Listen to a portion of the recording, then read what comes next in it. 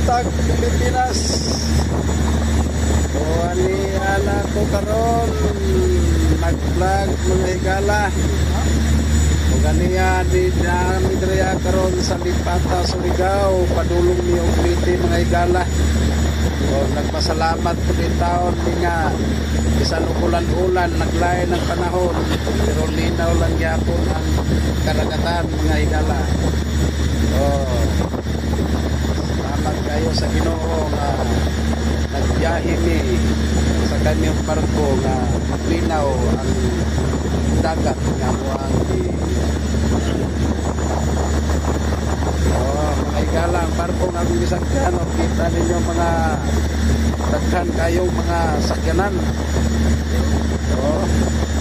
Magkulang minakalarga mga higala karon lang yun minakalarga o padulong na miyo liti mga higala. Yung view sa dagat sa Surigao, Lipata mga higala.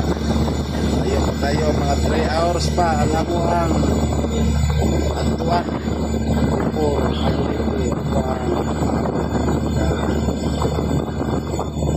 mga higala. Naglayan yun ang panahon tungkol sa grabe ulan